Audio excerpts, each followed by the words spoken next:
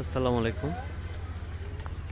সিঙ্গাপুরের ড্রাইভিংয়ে আপনি যখন ভর্তি হওয়ার চিন্তা ভাবনা করবেন, তখন আপনার ফার্স্ট অফ অল মাথায় 3টা জিনিস রাখতে হবে। প্রথম হচ্ছে সময়, দ্বিতীয় হচ্ছে টাকা, তৃতীয় হচ্ছে আপনার কোম্পানি। সময়টা এমন একটা ইম্পর্টেন্ট জিনিস। আপনি যে ড্রাইভিং করবেন, এটার আপনাকে পর্যাপ্ত পরিমাণে সময় দিতে হবে।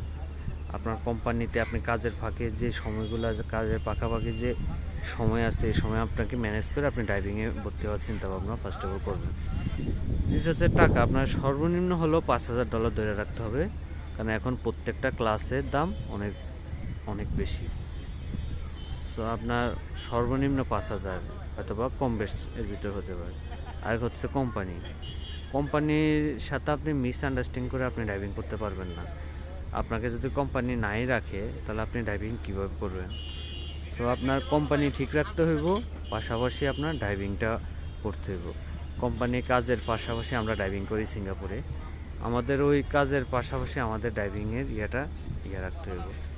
তো এই 3টা জিনিস চিন্তা ভাবনা করে মাথায় রেখে যারা নতুন ড্রাইভিংয়ে ভর্তি হবেন, আশা করি তারা এই 3টা জিনিস মাথায় রাখবেন।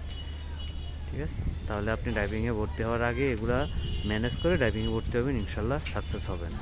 ধন্যবাদ।